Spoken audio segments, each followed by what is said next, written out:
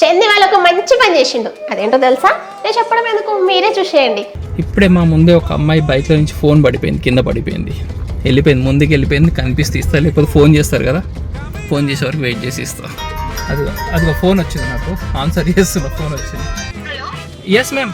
Hello, వినిపిస్తుంది.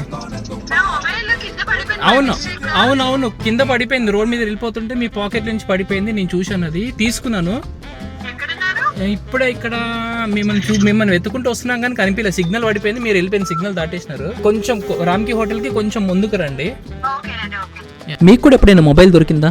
దొరికితే పోగొట్టుకున్న వాళ్ళు ఫోన్ చేస్తే తిరిగి ఇచ్చారా, లేకపోతే ఏం చేశారు? లేకపోతే మీ మొబైల్ ఎప్పుడైనా పోయిందా?